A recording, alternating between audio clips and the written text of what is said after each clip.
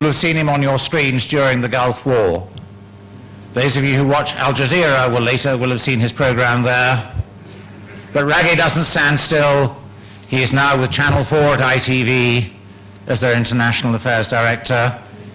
He's a very interesting fellow because he knows an awful lot about two different cultures, the British culture and the Somaliland culture. And I can't think of anyone better today than to bridge that divide in a few words to you. So without further ado, Raggy, over to you. Thank you very much. Thank you, Hayden. Thank you.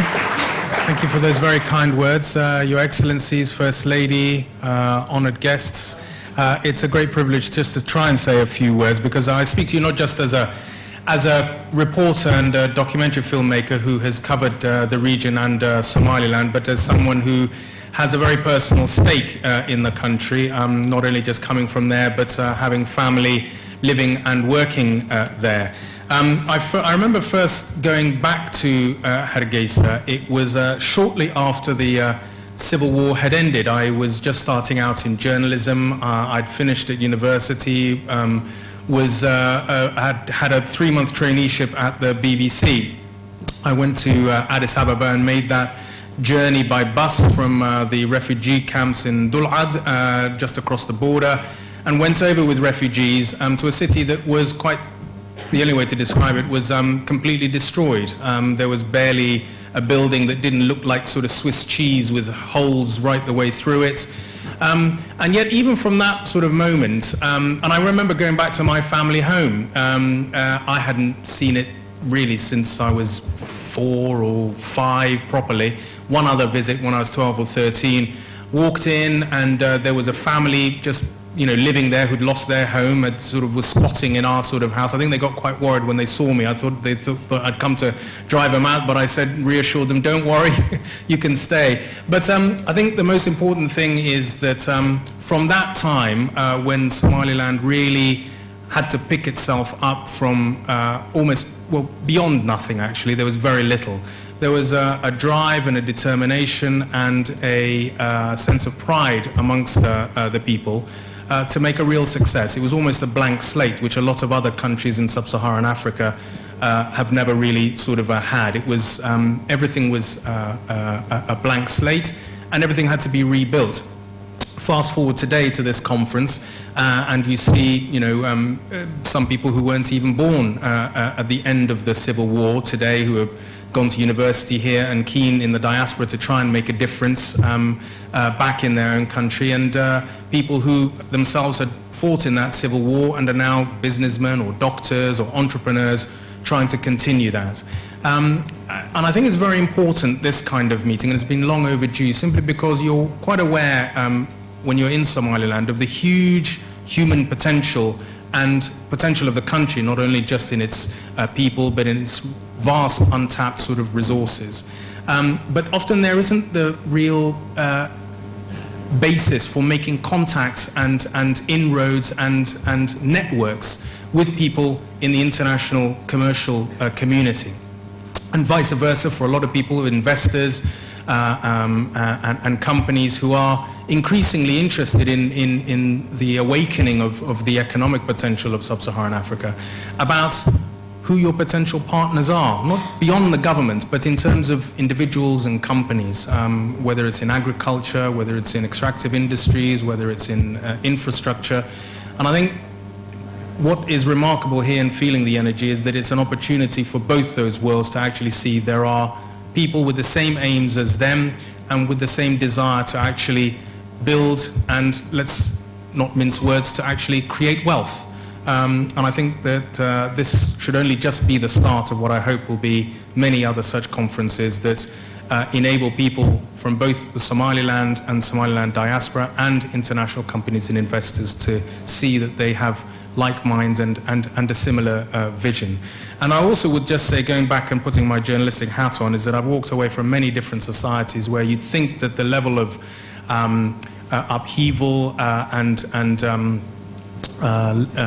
destruction would take many, many sort of years to overcome. I think what Somaliland does is that it holds out at a very rare beacon that never sort of think that even from a blank slate that things cannot be built very quickly. but that there isn't also the will on behalf of the governments there to try and help engender that process. And I just like to say I wish everybody here every success, and just to realize that, to quote previous British politicians, that Somaliland is very much open for business, and would very much like the help and cooperation, and that what you will find is a very permissive and enabling environment. I think that's the key thing I'd like to get across to companies, many of whom I've talked to in a very unofficial capacity. You will find an environment in terms of the government and regulatory bodies that want to help you and enable you to achieve what you can. But they also need help to spread the word about Somaliland amongst your colleagues. Thank you.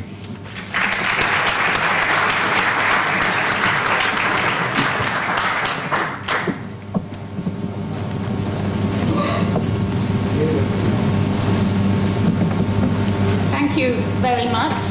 I'm now going to take over chairing this next session, which is on infrastructure. My name's Rachel Turner. I'm the Director for East Africa in the UK Department for International Development. So I have a portfolio that covers 8 countries in the region. My portfolio also includes our cross-border infrastructure work. I'm going to chair this session. I'm going to say a few words by way of introduction about what I want to achieve, and then I'm going to quite quickly hand over to the panel members, and I'll introduce them as we go. So just a little framing for this session. What I would like to do is to achieve 3 things, I think, with this session. I think the first is to just have an opportunity to hear about the vision for infrastructure, and particularly the next steps in creating the backbone of the effective port and transport logistics. And there's a lot of new things that have been happening in that space recently, and we've got a chance to hear about that.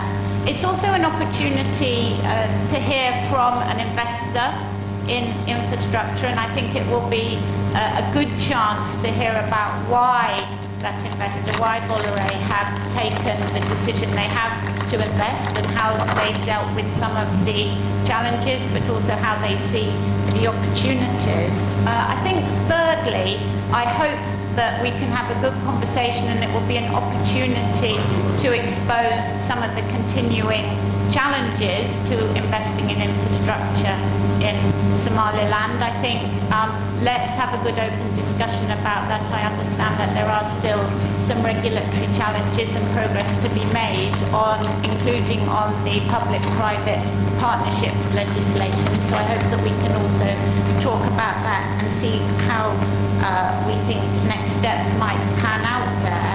I think then just finally, from the point of view of the UK government, I mean, we are very pleased to be closely involved in infrastructure development in Somaliland. I think you've already heard this morning about the work that we've been doing to support the Somaliland Development Fund, which is providing funding for infrastructure, and that's funding that goes beyond some of the things we're going to talk about now, some of the sort of high-end infrastructure in the port, but also goes to some of the important smaller scale infrastructure essential to connect poor people into the economy. And we're very pleased to continue to be part of that, and we are committed to staying involved in that piece of work. I would also like to say, as we go through, something that's very important for us, for the UK government, is to think about transparency and the standards of investment in infrastructure. I think we know from throughout Africa that infrastructure investors can absolutely be at the vanguard of transparency and responsible investment, and it would be good also, I think, to talk about that as we go through, and I'm sure my colleagues will have something to say on that. So I think that's enough from me. We're going to go through the speakers now. If we can, speakers, try and stick to about 10 minutes each. I think many of you have got presentations. I will be quite tough with you because I do want to leave lots of time for Q&A. So let me start by introducing the Honourable Xirsi Ali Haji Hassan, the Minister of Presidency. I'm not sure you really need much introduction to this audience, Honourable Minister. I think you're well known. So I think with that, let me hand straight over to you. First Lady and my colleague ministers and other government officials, business leaders and representatives, other distinguished guests, Assalamu alaikum all to you. I've prepared for 21 slides for presentation of the infrastructure of Somaliland. Since the time is very short, I'll try to minimize. And infrastructure in Somaliland is one of the most demanding areas of investment. There are great opportunities in Somaliland infrastructure, such as seaport, airport, and roads. In seaport, for example, we categorize into two main parts, primary port and secondary port. Berbera is only primary port, which the most important one. Great investors are now interested in, such as Polar, my next, and other companies like DB World, Mubadala from Emiratis, Kuwait Logistics, Prime Africa from Saudi Arabia, and other companies from Turkey. This is good picture. This is good picture for of how port traffic improved for the last 9 years. There is a steady increase in port export and import, which could attract foreign investors. The next slide is now roads. After long discussions and assessment, this government placed the importance of improving infrastructure, particularly roads, at the top of its national development plan. At the top of it is 2030 vision. Another indicator is that road occupied at the top of the community-driven projects. In Somaliland, roads are categorized into track roads, primary roads, secondary roads, feeder roads. There are 800 kilometer paved roads, 1,225 kilometer unpaved roads, and 6,800 kilometer wheel track roads. Here is the current road network map. This traffic count figures in 2013 by the RDA and Gulf shows number of traffic using our paved roads. It is not very big numbers, but increasing, which could attract investors. For example, this forecast clarifies the expected increase and again shows its potentiality. It is obvious that investors are losing money for not taking such opportunity. RDA is the Road Development Agency. RDA is the institution responsible for the roads. It was established in 1999. Its main focus is to take care of the existing roads. Technically, the organization is moving from the old system of double ceiling surface into the asphalt concrete methods. This allows investors to use the modern methods and technologies. In order to secure both government and private investment in roads, RDA was equipped with Somaliland Standard Design Manual, which clarifies the requisite technicality for the constructing roads. Road Act, which allows build, operate, and transfer POT practices. Moreover, there are capable material laboratory with the richness of selected material in Somalia. We are planning to have such roads network in upcoming 20 years. This is expected to be coming from three sides, not two sides, three sides, the government and donors, and from the POT system of investment. Some of the roads are desperate for quick intervention. There is a need for private investment. A good example is Hargeisa all the way in a Borough Road, which could reduce the travel distance to half. And any investment in the method of POT is welcome. In terms of economy and social safety, investment in roads would increase. A private investment in the region, education, health activities, lower transport and vehicle operating costs, less accident, death and injury rates. This is the current works and investment by the government in the Berbera-Hargeisa road. I would like to thank David, the project that they given us in Berbera-Hargeisa road. The picture shows the standard of the technical capability we are expecting from the investor, from the interested investors, at least this level or more. Airports. Airports play a significant role in our infrastructure. This is the newly rehabilitated Igal International Airport. There are ongoing and aggressive investment on our airport, which I believe is not adequate. There are a number of companies interested, but no deal has yet reached. There are 3 international registered airports in Somalia. Igal International Airport at the capital Hargeisa, Berbera International Airport, which has the longest runway in the continent, and Borough Airport, which is designed for local fighters now. This chart shows the current organization operating in Somaliland Airport. This data is from the Igal International Airport at Hargeisa. Most of carriers are local and regional. What we are lacking is direct flight from London, for example, directly to Hargeisa. This is great opportunity of investment. Carriers like Ethiopian Airlines are enjoying serving without major competition. This chart shows increase of follow of Hargeisa Airport of last 3 years. There are ongoing investments in Somaliland telecommunication industry.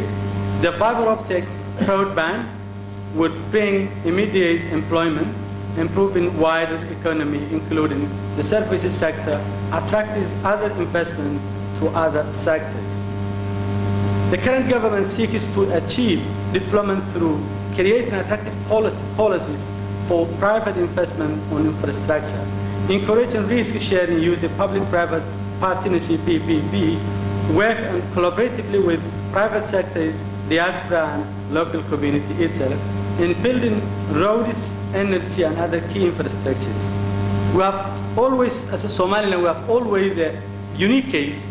There is a unique case in the road building, and there is a people who are ready to build the roads, Shiris and goats and camels. 35,000 have been pledged for Shiris and goats to build the roads from contributing all the regions in Somalia for a Regaba road. Finally, Somaliland, everyone who wants to invest, we are ready for investment, no matter for recognition. If Somaliland exists and will exist and will remain for Somaliland's people's will, and everyone is welcome. Thank you.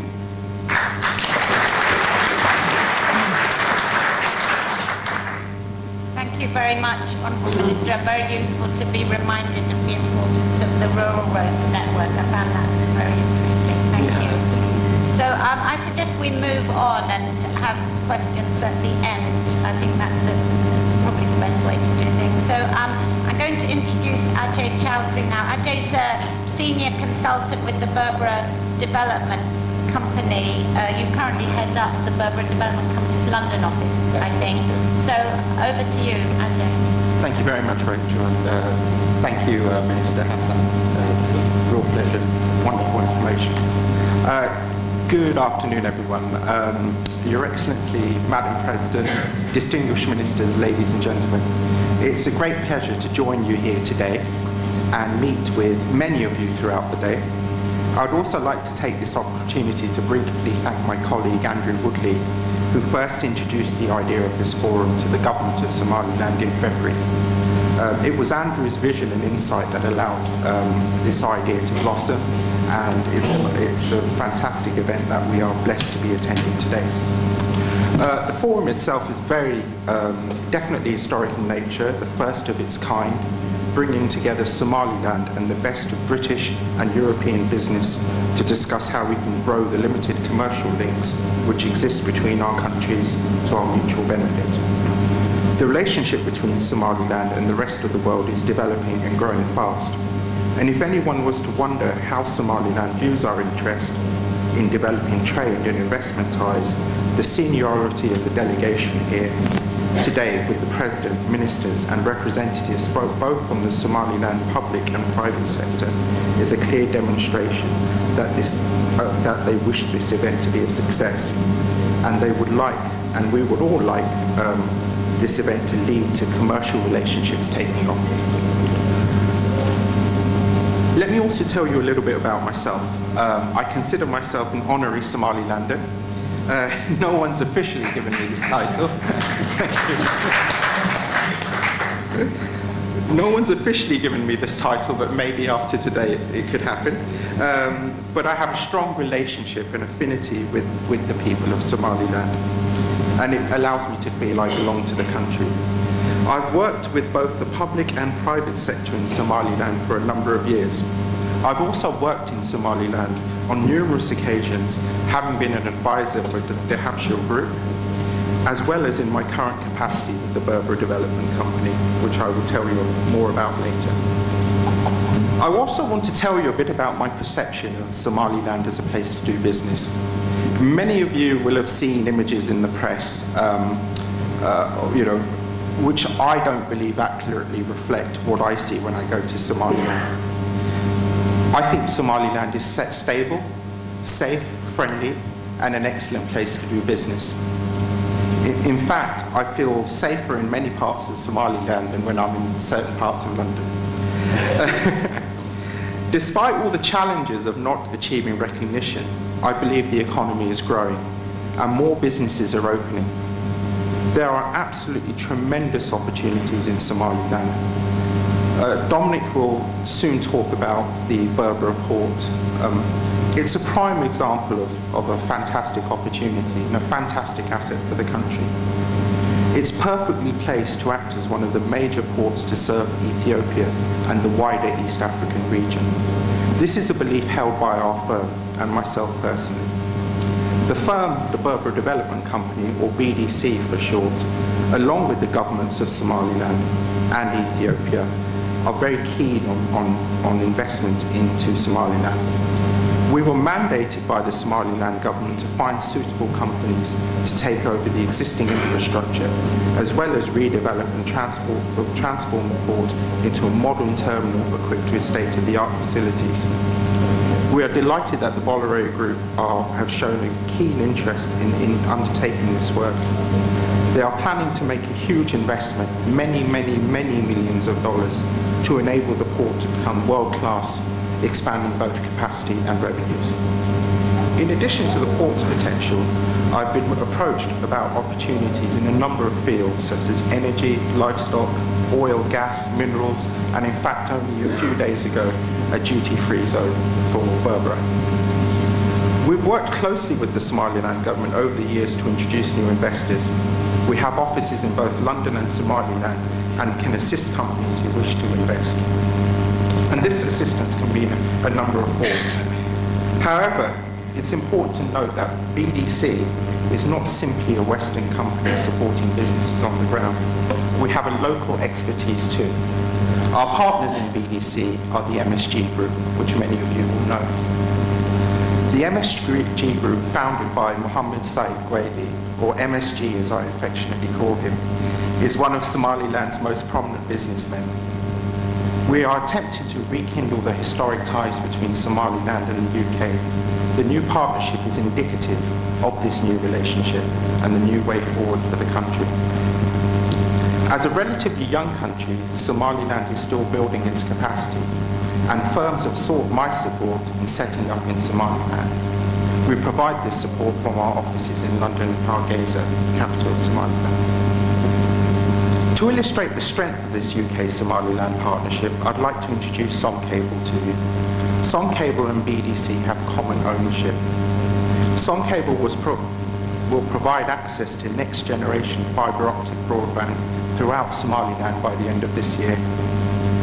It's a £35 million investment, and it evidences the potential that a real born and bred Somalilander like MSG sees. I'm now going to show you a short video about Somaliland, and it's interesting to look at the contrast that we often see in the press and what I see on the ground.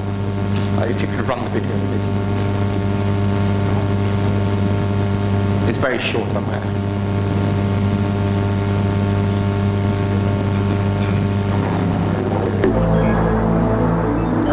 Down.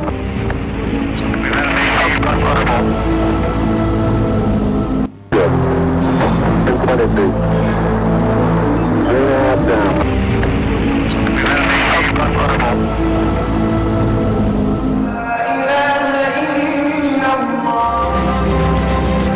Som Cable is connecting to the International Submarine Cable Platform in Beirut.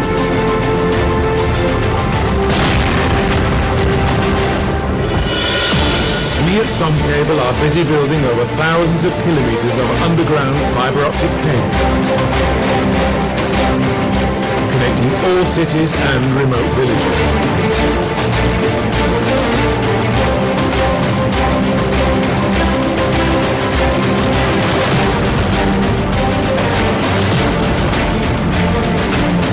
It is Som Cable's mission to build a world-class data infrastructure in Somalia, connecting us to the world in a way we once couldn't dream of, bringing lower broadband prices and opportunities in business, healthcare, video conferencing,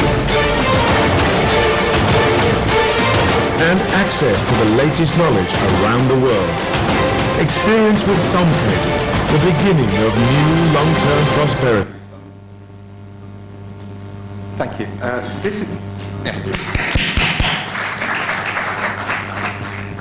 I believe this investment is a clear vote of confidence in Somaliland, and we're hoping that people here today will look at Somaliland in a similar way. Of course, today's event is not an end in itself, but simply a stepping stone, which we can all use to build a stronger economic partnership between us and Somaliland in the years to come. I very much hope that the ideas, information and connections arising from today's discussions can be harnessed and will be turned into real opportunities with concrete outcomes. This will be the true measure of success. It may be that some deals have been struck already today, but it will be over the coming months and years that we realise the true benefits of coming together and discussing our shared interest. Against this background, I urge you to stay in touch, to approach me and my team, and use us to make most of the opportunities that are in Somaliland. Thank you.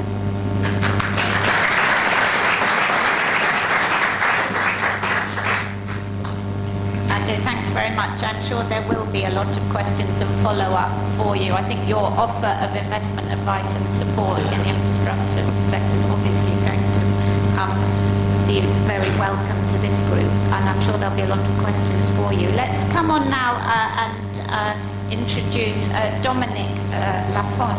Dominique is the president of Bolloré Africa Logistics, so is responsible for all of Bolloré's work in Africa, and I think very welcome here. I think, Dominique, the fact that you've made time for us here is testament to your views, presumably, on Somaliland as an important destination for Bolloré. So over to you, Dominique. I think you're going to tell us a little bit about how you see the vision for infrastructure in Somaliland and some of the issues that you faced in taking your investment decisions. Thank you.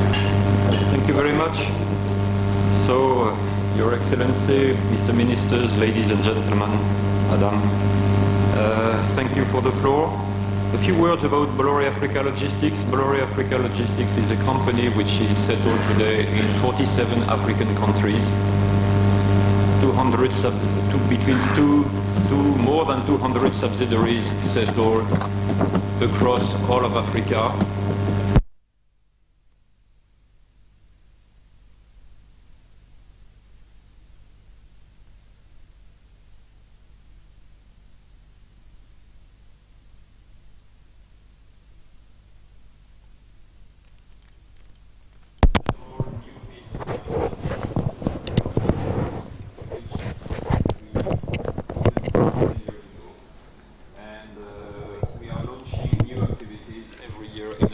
But our core business is infrastructure concessions that we started in 2005 and logistics.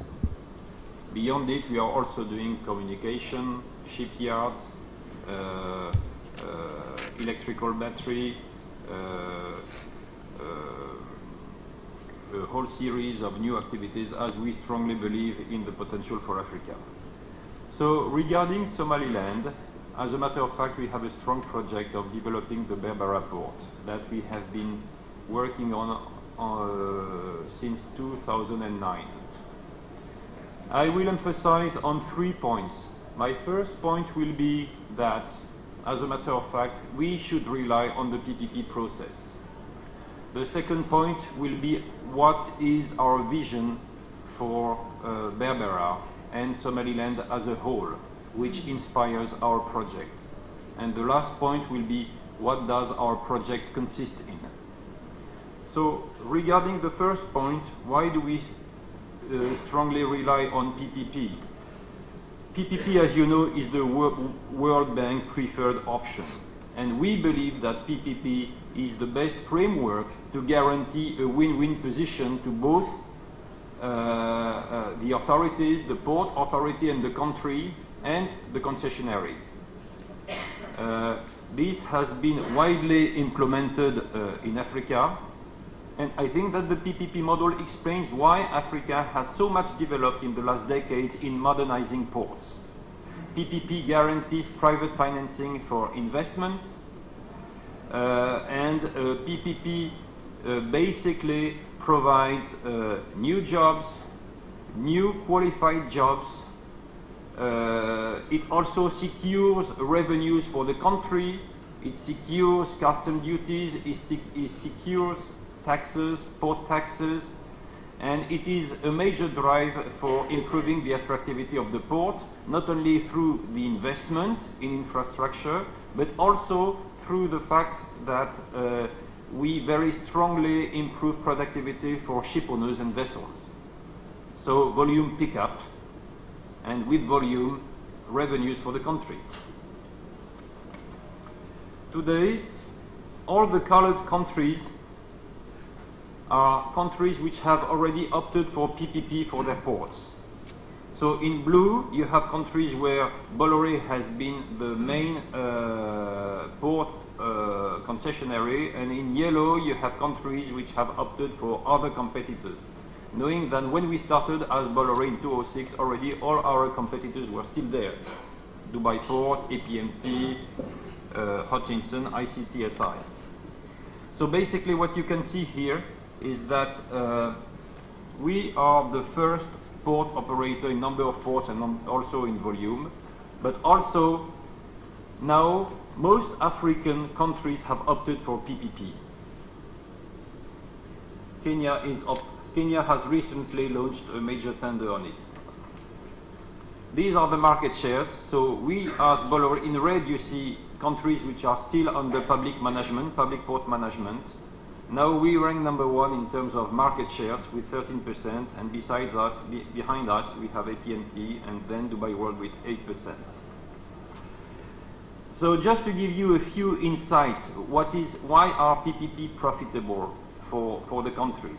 Let me take you one concrete example, which is Pointe Noire. Pointe Noire, we got the concession in 2009. We started the concession in April 2009. It was a small port for Congo. Since 2009, we have invested $220 million. We have multiplied the terminal capacity by 3. by extending the terminal, by building further new quays and new yards. We have improved the productivity to vessel by 4. So as a matter of fact, the attractivity of the port has greatly picked up and volumes have been multiplied by 2, and Pointe-Noire has become today the major transshipment hub of Western Africa. So as a matter of fact, we have created 1,000 new direct jobs, and revenues for the port have increased by 45 million euros per year. So I will have pity on you and will not insist on another example, which is Conakry, but it is the same spirit. So now, what is our vision for Somaliland? Basically, the fate of Somaliland is closely connected with the region, the region of the Horn of Africa, and especially its major neighbor, which is Ethiopia. Ethiopia is a landlocked country. Ethiopia cannot afford to rely only on the port of Djibouti. And Ethiopia also is a major rising market for consumption with its 80 million inhabitants, rising fast. So I travel a lot in Asia, and I know well how our Chinese partners think.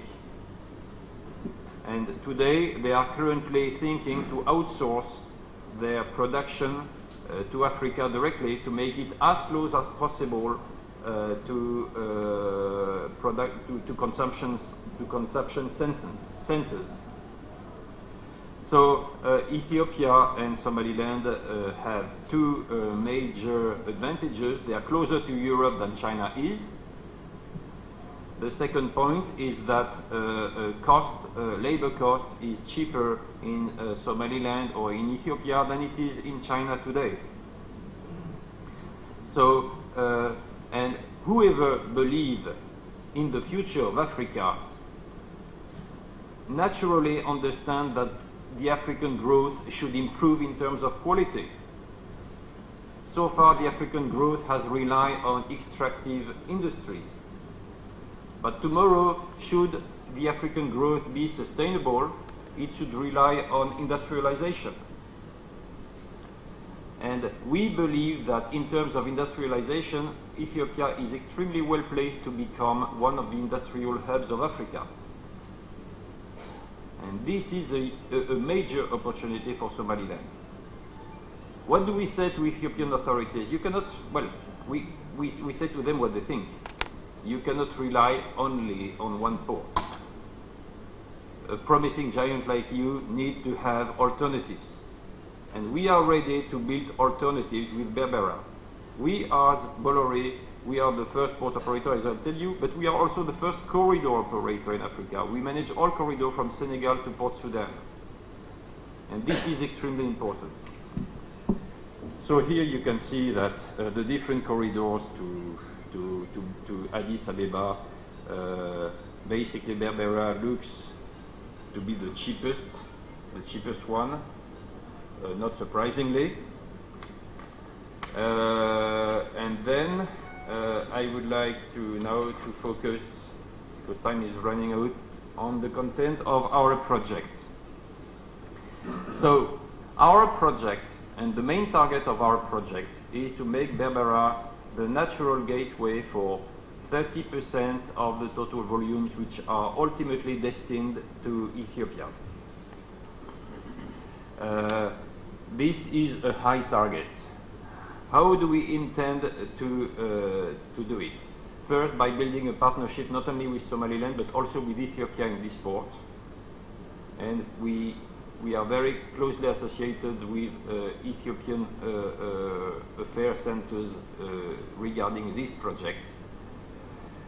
The second point, we intend to invest heavily by different phases, through different phases on the Berbera port. Our total project represents $432 million of investment. What do these investments consist of? Basically, we want to build 600 meters of new quays in 2 phases.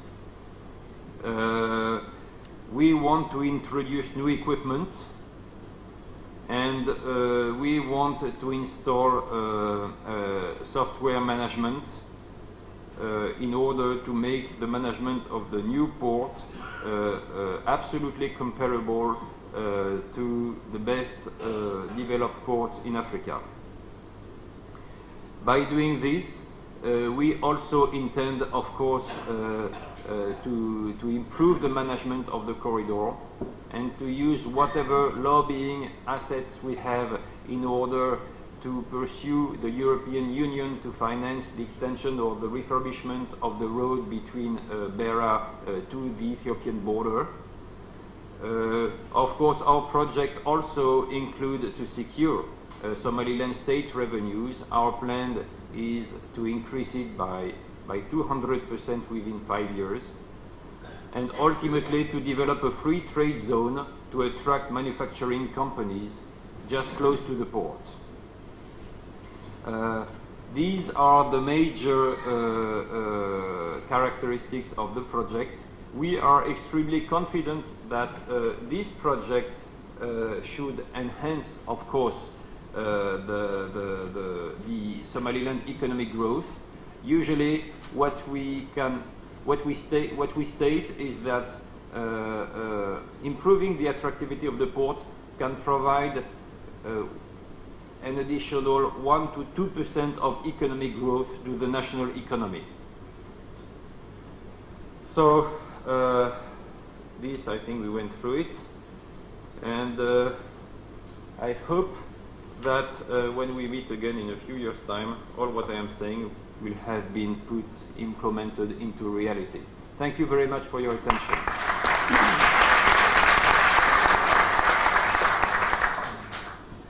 Dominic, thanks very much. As someone who also works on Ethiopia, I think the vision of getting a bit of competition into that supply route into Ethiopia as well is very healthy for the whole region. Thank you.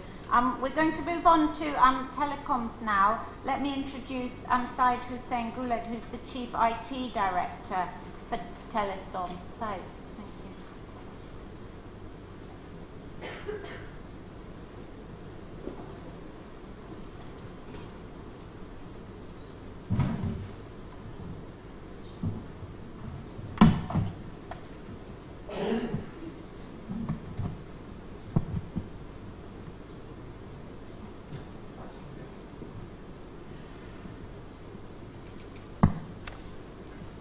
First Lady,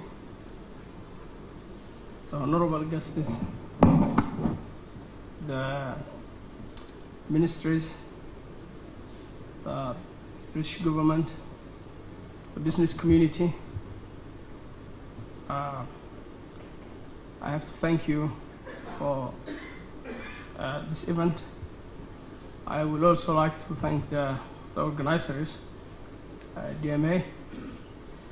I would like to go through a few slides of our company, Telesom. Telesom is an example for investing Somaliland. We have paved the way for many other investors to go through the company. This is the headquarters in Hargeisa. It's the first GSM company mobile provider in Somaliland in 2001 with over 1,500 shareholders. That's a good indicator that some of the investors might minimize the risk of investing in Somaliland by introducing a share companies. It's a big employer, over 1,500 employees. We cover almost all the country. We are the provider of that, the fourth in the world. Only Philippines, Kenya, Safaricom, and MMT was the first 3 mobile money providers before us. we became the 15th in the world now, according to the study made by the GSMA. And almost every Somalilander has got an account in Telesom Z service. We cover all the major cities and towns and villages. We do road coverage with maybe internet access sometimes, then GSM and mobile service. We have got number of data centers in major cities. Now we are the first GSM, we are the first 3G provider, and we are aiming to achieve the 4G in the year 2015. The major infrastructure we have done in Somaliland is a microwave link, which is easily accessible and deployable, and according to the geographical and mountainous areas, it's easier for deployment compared to the cable. This is the coverage we have done. I would like you to look at from the Djibouti all the way to the border of from Djibouti to Puntland. Close to Puntland, we have covered all Somaliland with a mobile service, with a fixed line service, with a mobile broadband as well, and above all the Z service, which is mobile financial service. This is the coverage of the mobile. All these areas you will have internet access. Most of these areas will have internet access, but obviously your mobile will be working, and maybe mobile broadband will be mobile narrowband will be working for like GBRS, which is slower, but obviously you can have internet access.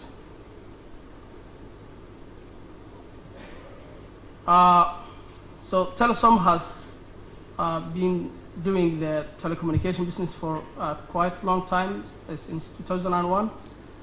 And in 2009, we have introduced the Z service, which has become the de facto cashless state. Somaliland now, everybody has got his cash electronically.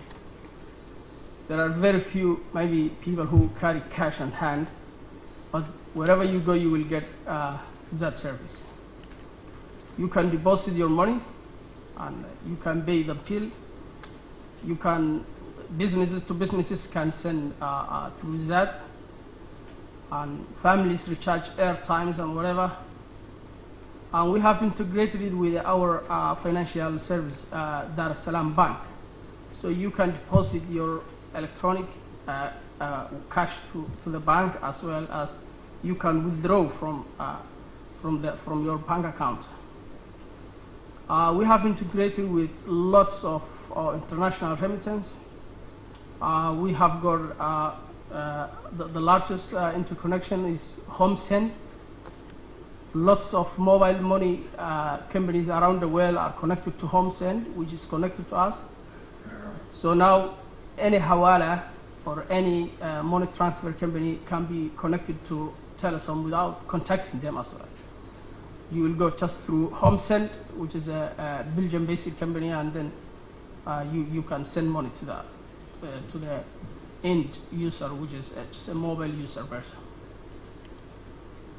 This has done lots of good things for the country. For security, people will not carry cash on pockets and will not need that, and their cash is protected with PIN numbers or password. We have introduced lots of security and security issues, like knowing the customer, using a procedure to register them, so we know the customer who is receiving and who is sending and whatever is in that regard. we don't charge money transfer from one person to another. We don't charge anything from even transferring from business to business, and that's why that became very powerful and a de facto, cashless thing. Tell us some thought about, to encourage the investment and bringing and lots of the people who wish to invest in the country and need cash. So we have introduced Dar es Salaam Bank, and in 2010, and we do just as any bank the services like customer accounts and business accounts, personal accounts and business accounts. We do investments like it's a Sharia compliant bank, so we use investment terms like musharaka, mutaraba, and this service also in place and it's working. It's almost digital, and as someone can deposit the money from electronic mobile, from his mobile to the bank and can withdraw that. And currently we have introduced it to allow the customer to deposit money for someone else in the bank. We have got the first ATM machines in Somaliland, and now you can use your MasterCard or Visa card or whatever in Hargeisa, and you can withdraw your money from there. And then we came to the idea that most of Somalilanders use charcoal or firewood to cook their food. So we came to the idea that we preserve the environment.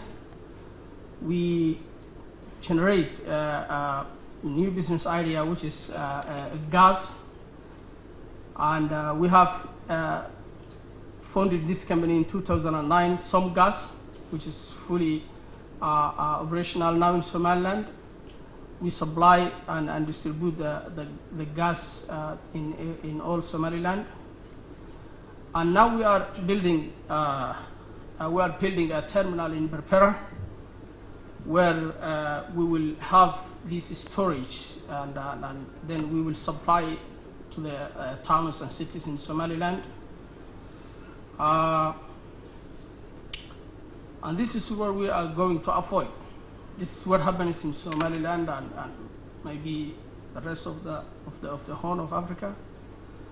People are cutting the trees just to get firewood or charcoal or whatever. And some of the areas in the Horn of Africa, they sell it to the outside, and they take it to the maybe Arab countries. So to preserve the environment and to have a green energy, we have introduced the gas as well. And I want to conclude in this few slides and say that no one would go through the hassle and the difficulties we have gone through for the long years. We have started the company, and now the government is willing to help everyone who is going to invest. One of the key points is the terminal and the land that the government provided for us to build the gas terminal in Berbera. And I hope this will be enough, and thank you very much.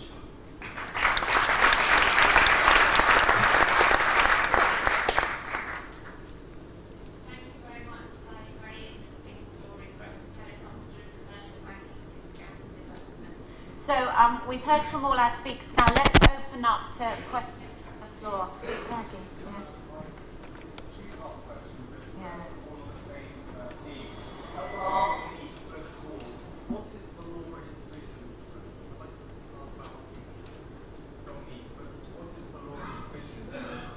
Engaging local content in your work in Somaliland. It's not like other countries that you operate in Africa, which has a large capacity in terms of local know-how and companies. But it's a very important topic for the people here and in the country. And I mean local content beyond just corporate social responsibility.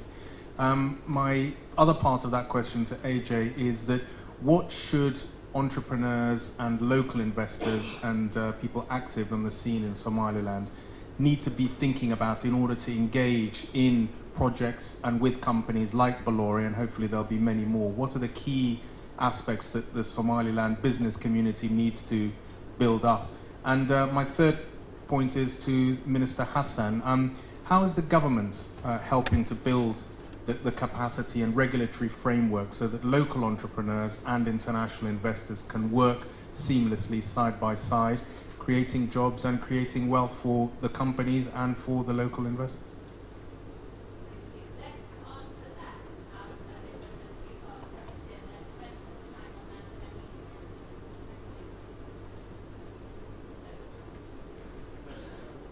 The Minister would like to start. Okay, thank you very much indeed for asking how the Somaliland government will prepare for the legal framework for the investing for infrastructure in other areas. Somaliland have got the legal framework which will cover and encourage for investors to invest, and also there is a encouragement and facilities that will give to the companies that wants to invest. I think nearly 3 years will be exempt for the taxes, and there is also the law which will protect the areas that the person wants to invest or the company wants to invest. So I think there is a companies who are already practicing and doing business with us. So we have enough, and we have enough to attract for the companies and investors who wants to invest in Somaliland. And still we didn't get obstacles that they say that our legal framework will not help. Maybe the companies and the people in front of me, when they came, if they ask, the gaps or requirements will fill, and we are ready to fill. Thank you. Okay, regarding your question on the local content, first I would say that in terms of capital, we are much more sharing-minded than our competitors. And this, I think, because we have a longer-term vision. We believe that to make the project sustainable, we need to have local partners. This is why we spontaneously opened it both to Somali side, to the Somaliland side, and also to the Ethiopian side. Because basically this, again, one of the main purposes of this board is to unlock the Ethiopian market. So we are ready to share the capital with Ethiopian partners and Somaliland partners, provided that these partners bring something, and that they are ready to share all the good news and also the bad news. This is the first point. The second point regarding the management of the port and regarding the social issue. Our long-term preference is to have well-trained local managers. So you are going to say these are words. I will give you the example of the 2 railways that we already manage in Western Africa. In Ivory Coast, we manage the railway between Abidjan and Ouagadougou in Burkina Faso. 1,350 employees, only 1 expatriate. And the expatriate is not only the chairman or the CEO, it is the purchase manager. In Camaraï, which is the Cameroonese railway, 2,500 employees, less than 10 expatriates. So basically, we seriously want to have a local managed company. Why do we want it? Because it is better. Provided, again, that we can find a high-profile manager that we need. We are able to train the people. We want to have high-profile managers. If we cannot find them in Somaliland, we'll try to find them in Kenya or in Ethiopia or wherever. Or we'll have expatriates. But again, our firm intention is to have it as much locally managed as possible. I told you earlier that Bolloré Africa Logistics has 25,000 employees. Out of these 25,000 employees, we have 300 expatriates. I have very strongly pushed for Africanization. And today I can tell you that the best performance I have is where subsidiaries are African managed. Because when we find the right guy in terms of loyalty, in terms of visibility, in terms of involvement, whatever the crisis is, we are in a much stronger position. So I am talking to you by experience. Thank you, very good. There was a question about what do entrepreneurs need to do in Somaliland to get ready to make the most of new investment opportunities. I don't know, it might be useful to hear from Ajay and Saeed both on that, just briefly. Thank you for the question. It's a very timely question based on today's events. You know, from my perspective, having worked with Somalilanders for a number of years, I think for a local business person, the key thing to do is have the groundwork in place. And I can tell you about BDC, my company. We understood very early on that we can bring legal expertise, financial expertise, investors into Somaliland. But the key thing we were missing was a local understanding and a local experience and a local expertise, which is one of the reasons we partnered with a Somalilander, MSG, and his MSG group. So that's very important, making sure that understanding what your capabilities are is key, and never ever forgetting that your local understanding, local knowledge, your interaction with local people is a very valuable skill that Somalilanders will bring. So almost every investor that comes into Somaliland, the key thing they have to remember is that they must have that local partnership. The other thing I'd also say is, and it's not really reflection on Somaliland, but it's reflection on business in general, is I always, when I do business, look for a win-win situation. All sides must benefit. And based on what they are contributing, they need to benefit accordingly. So that's very, very, very important. And going back to what Dominic was saying, the successful businesses in Africa will be the ones that are run with local managers. It's very clear to me that you need that understanding.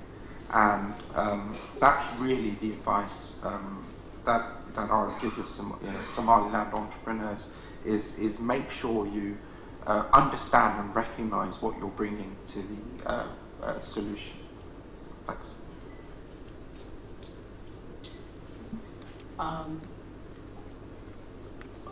The local community, the local people are well aware of businesses and other services that can benefit for their country.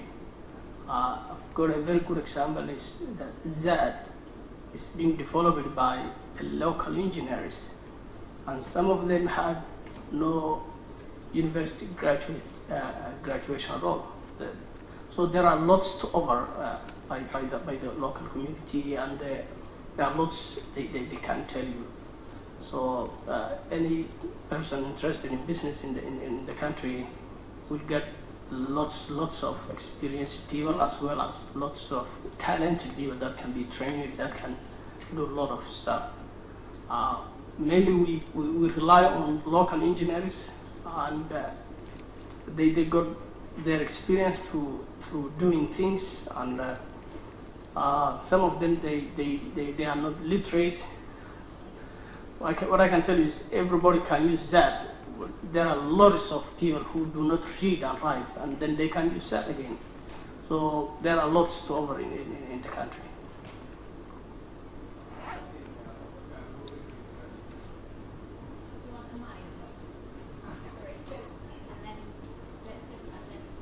Yeah, as Mr. Hadid said, Minister of Finance, I think what can lure every investor is we have legal framework that's in place that can really not only entice but make happy every investor. And the other part that is in place, and with which we are working through and is in progress, and actually just in the Council of Ministers, the PFM reform, Public Financial Management Reform, in all these different cycles and all its aspects, that will really too alleviate a lot of concerns that every investor must have. And we are constantly trying to tighten up the legal framework that has been there for so many years. In some financial laws, it has been mid-60s, and it has never been tweaked. And so the environment, not only that, you have friendly force. Yes, there's a concern about the capacity issues, but you could find enough capacity people in Somaliland who are really either graduates from the universities in Somaliland, and there's a lot of Somalilanders who came from abroad, and not only from London, from New York, everywhere around the world, that are out there and who are really interested in someone who is hiring, who could hire take their services into account. But the two important things is the financial reform that's in place, which the President is adamant about it, that we should make that through, and the legal framework that's in place. Thank you so much. Thank you, Minister. I had just here, there.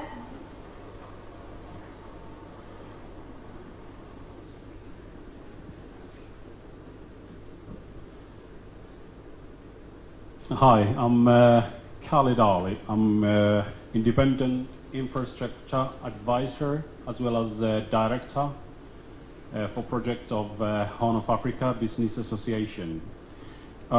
We've seen that Berbera corridor, that connection between Berbera to Togo-Jale of Ethiopia, is the key to unlock the trade barriers in the region. We see that Kenya is spending $23 billion on the connection between Lamu to Ethiopia through to South Sudan. At the moment, Djibouti is taking care of 80% of the volume to Ethiopia. What I would like to say here is the importance of Berbera corridor is huge. If the current road is not catering for the existing traffic, number one, would Bolloré be interested in funding the project, or actually taking part in the funding of that project? Secondly, would the government be interested in a toll road so that private companies can come in and fund the project as well? Thank you.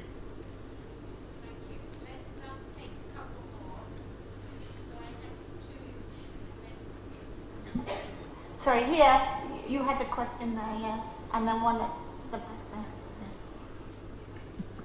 In fact, my question follows on very closely from the next one, from the one that's just been asked, but is looking at the government side, and the big win for Somaliland is if that Berbera corridor really works, generates lots of traffic from Ethiopia. And Dominique, you were talking a bit about what you were trying to do to make that happen at a business level. But I'd like to know what is happening at the government level, because presumably for this to happen, it means the two governments getting together, you, Honourable Minister, with the government of Ethiopia, to make sure that there is an understanding that the other side of the border, the other bit of it's being built as well. Where are you on that? How's it going?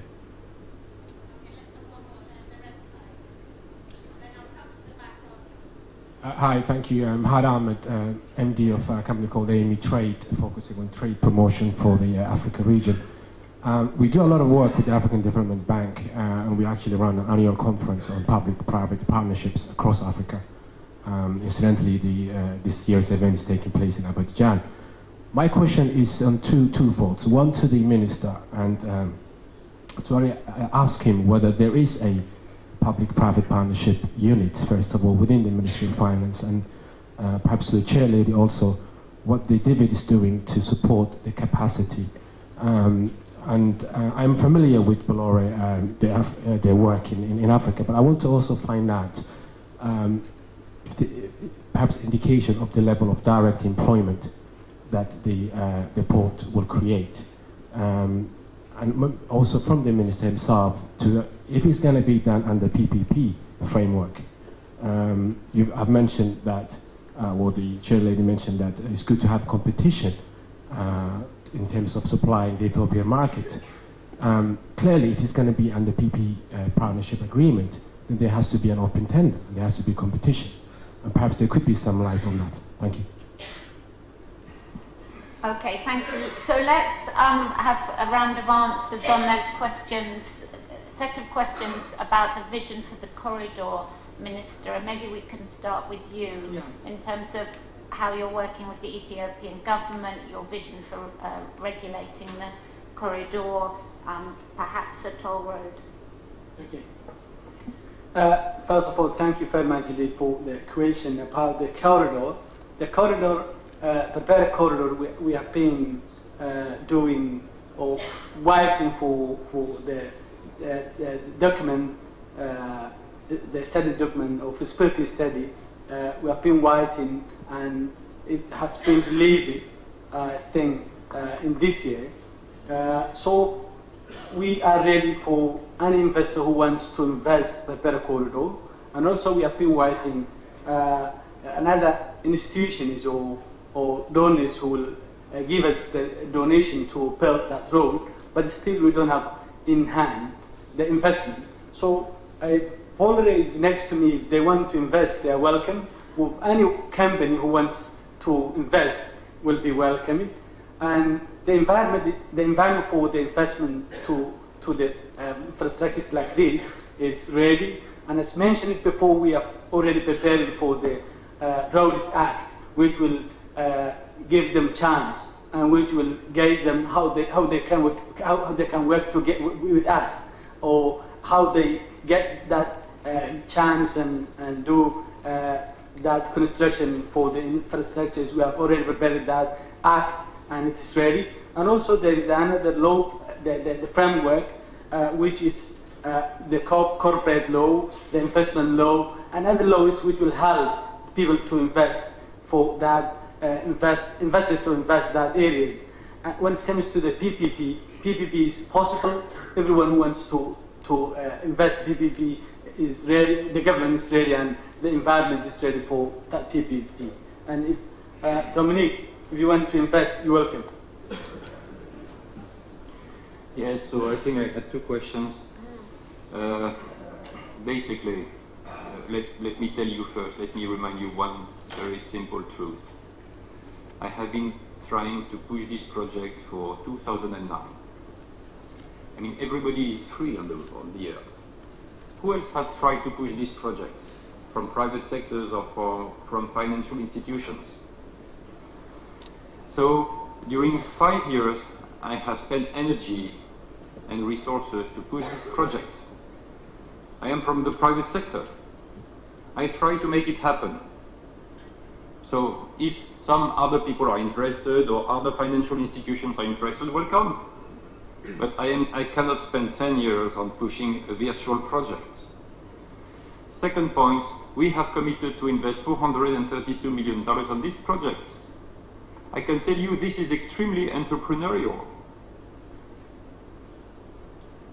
Make interviews of all my competitors. Are you ready to spend and to invest $432 million on Berbera today? You know, of course, we have a vision. What makes us move is the vision we have of the development of the Horn of Africa, of Somaliland and Ethiopia. But most of our competitors are more short-minded. They want to make more profit more quicker. I belong to a family group which has 200 years of existence, and my chairman, Vincent Bolloré, very deeply understands these long-term prospects. So he gave me the ability to pursue and to build up that kind of road. But you should never forget in your mind that basically our project is extremely entrepreneurial by our best business plan. The time for us to recover from the investment, I will not say the duration, but it is 2.5 as long as our other benchmark and standards. So As a matter of fact, we would like to keep our investment envelope to $432 million. And this is why we try to push the financial institutions, which we understand has a lot of money, and which is ready to help Somaliland to move forward. This is why we try to push the European Union to open up its investment budget for refurbishing the road. We understand that the mindset from European decision makers is open to the project, so it's a question of timing again. Everything which comes from World Bank, from Europe, takes time, unfortunately. There is nothing more reactive than the private sector, most of the time. So we try to push them. The refurbishing of the roads is not such a huge project, because the road exists. I understand that some part of the roads are already in good state, other parts need refurbishing, but what we believe is, once we will have modernized the port, that will create a momentum which will bring in new resources.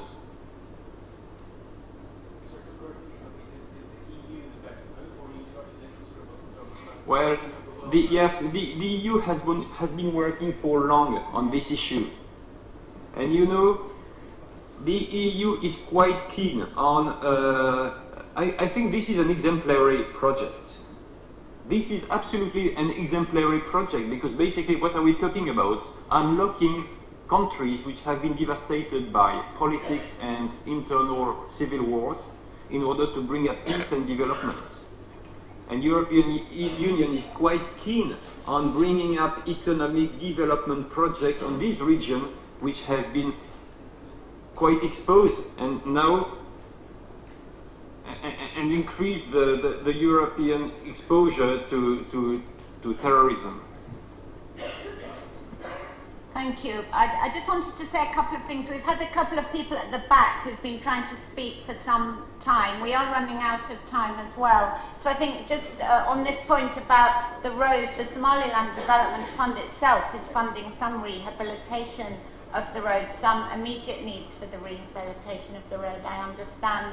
I think also it's important on your point about competition around the port that the government has in fact been advised by the World Bank on the approach to concessioning, and we and others have been very closely involved in looking at how the structure of the concessioning of the port has been set up and organised. So I think some of the sort of maybe hidden challenge there about concerns around monopoly, we're less concerned about that. We have been following that.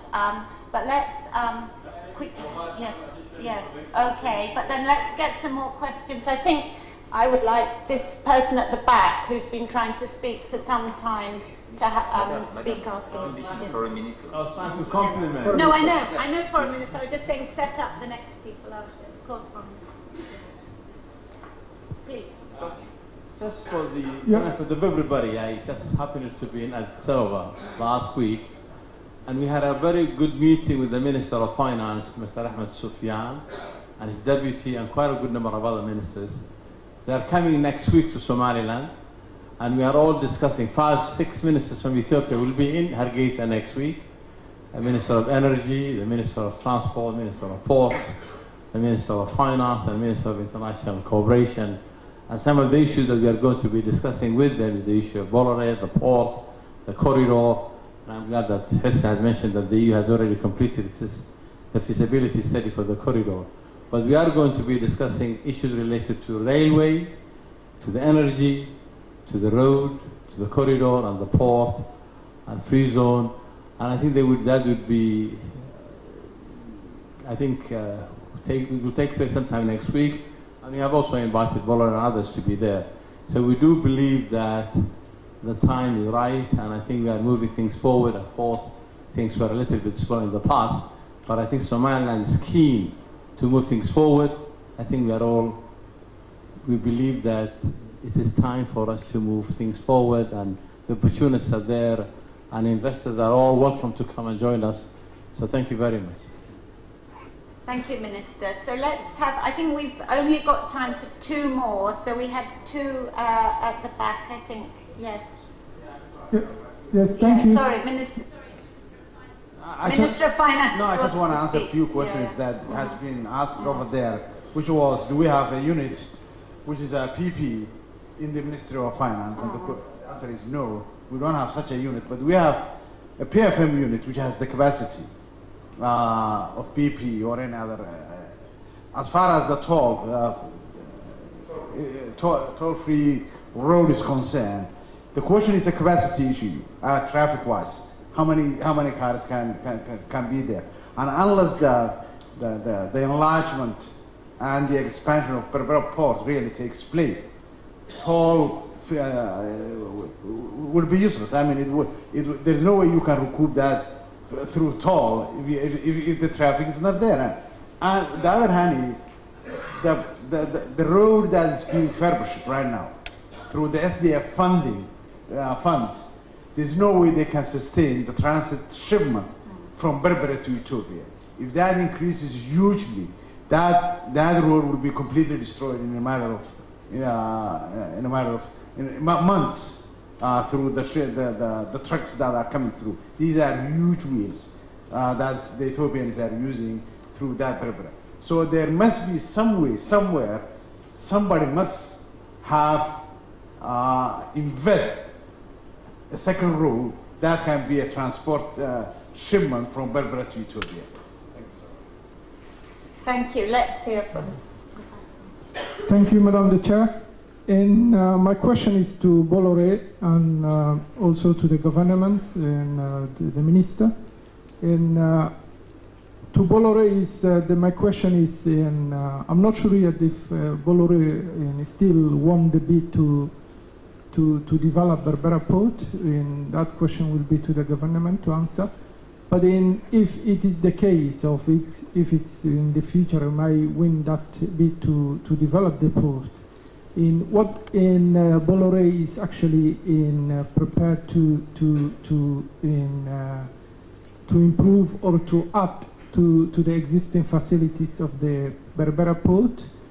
As you know, Berbera is the most strategic port in the Gulf of Aden or the Red Sea, and because of its location, which is actually located 90-degree cap from the Suez Canal, and if Bolloré win the bid and the Somaliland government and the nation is actually happy with their proposals, is the Bolloré actually thinking or considering to lobby at the Quai d'Orsay and the Champs-Élysées in Paris for the Somaliland recognition? Because as a Somaliland nation, we are not looking only to increase our GDP and improve the conditions of lives of our citizens, but to secure that in wealth, to secure that peace and stability, we need to have also the international de jure recognition. So will the Bolloré join the Somaliland's friends to lobby in France so that France may defend Somaliland in status at an hostile EU parliament or platform? Thank you very much. Thank you. We've got time for one more question, and there was a hand at the back that's been up right since the beginning there, and then yes, and then sorry. Let's have this question, and then let's hear from Edna. I think would like to say something. Thank you very much for your chance. Actually, my question is very straightforward. I just want to know that this conference is the Somaliland, UK Somaliland trade investment for 2014. But because of this conference, I want to know actually if there is any chance for Somalilanders all over the world actually to invest in Somaliland activities like the boat. If companies like Bolloré is basically attracting Somalilanders to invest, they, if they ever win the bid, I just want to know if they are attracted, if they want to attract Somalilanders all over the world to invest their activities. If it becomes the railway, the enlargement of Berbera, if there is and if there is any policy to safeguard any investment done by the Somalilanders all over the world. So just that two questions. Thank you very much. Okay, thank you. Edna, do you want to speak now? And then we'll just hear finally from the panel. Thank you. Well, thank you very much, Madam Chair. I just wanted to make a little clarification about the Berbera corridor. That wheel was invented before Somaliland separated from Somalia. And the strategy and the importance of that corridor was studied by the European Union, I think way, way back in the 1980s. It became interfered with when Somaliland and the troops of Siad Barre went to war. So that project could not become realized.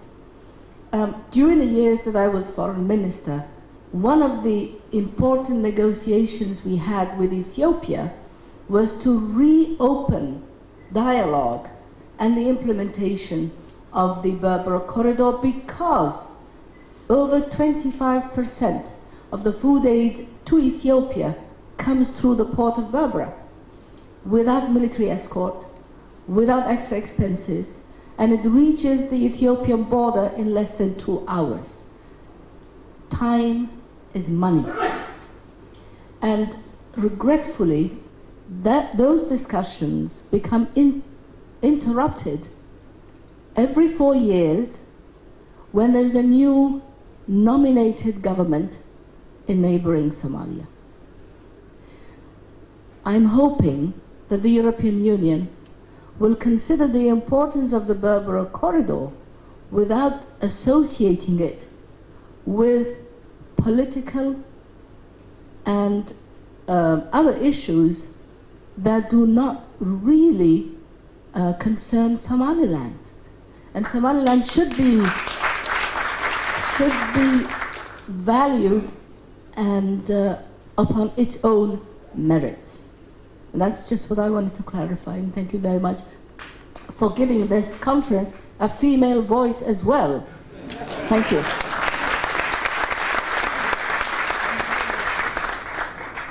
Okay, we really must try and wrap up now. We're very late, but it has been very interesting. So I think, why don't we just quickly, any last thoughts from you, Minister, and any last thoughts from Dominic? I think just... Okay. Yes, I answer think some the of question, but just very quickly. Some of them was remarks, and just a question that I remember is already the government, Somaliland government, agree or not? Still, we didn't agree, but the Polar is the leading. We have another more companies who are interested to invest Berbera port, but as you have seen in the presentations for the Polar have prepared very good investment, and they was trying to convince us, but still we was negotiating, and we didn't finalize, and that will become realized when we agreed something. Thank you. Okay, regarding our project, the first part of the question is politics. So basically, when we consider Somaliland in Bolloré, we have found a strong interest for the Somaliland case, basically, because when we discovered Somaliland in the late 2000s, we were quite surprised, like everybody, to discover a country which was functioning properly, just nearby the land of devastation. So, in terms of politics, we do not understand why the United Nations will recognize the very virtual independence of Kosovo, which has been made against the will of the mother country, which was Serbia, and would deny Somaliland, which has some strong historical reasons for doing this, to obtain independence, considering all the geopolitical advantages for it. So basically, I agree that the Somaliland case is not very fairly treated, and as a matter of fact, rules which are imposed upon Africa are unfortunately much more harshly implemented than for the rest of the world, and this again applies to Somaliland. So we, Bolloré, we have not waited for your advice to try to lobby at two levels. First, at the Élysée level, which is the French presidential level, and at the European level. So at the European level, we are pushing. And again, I answered the question earlier. The good surprise was that we found some real openness from the European Union circles regarding the fact that they had no obstacle in principle to finance development projects in Somaliland, although Somaliland was not recognized as an independent state. The second point is regarding French circles. Of course, we have pushed forward. And the answer we have had basically was that Europe was waiting for a decision from the African Union, which seems to be fair. And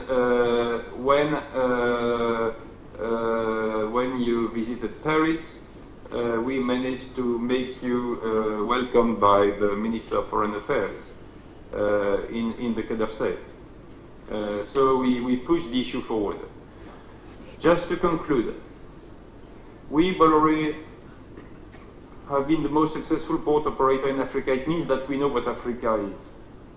We are ready to invest more than $400 million on this project. We have been working on it for the last 5 years, and we are not ready to negotiate for another 5 years. So now it's yes or no. We have no conflict of interest. Excuse me. We have no conflict of interest, which is extremely important. We are not running Djibouti. We are not running any Kenyan ports. We are not running any Yemen ports. So we have no conflict of interest, which is a crucial question for your interest.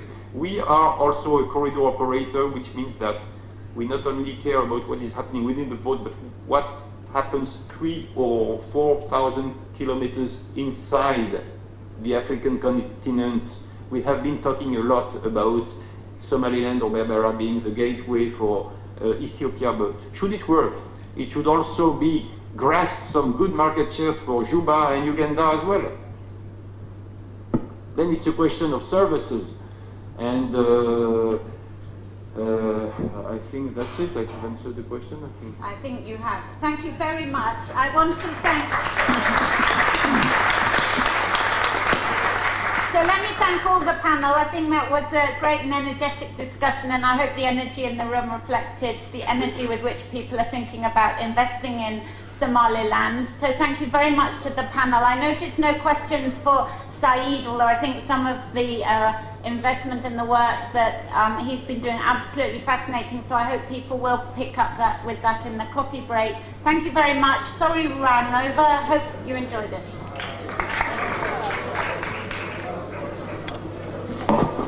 Okay, Minister. Thank you. Yeah, thank you.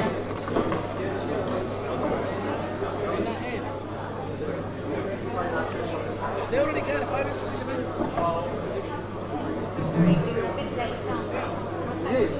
Oh, I was looking at yeah, moving on. Just make a decision.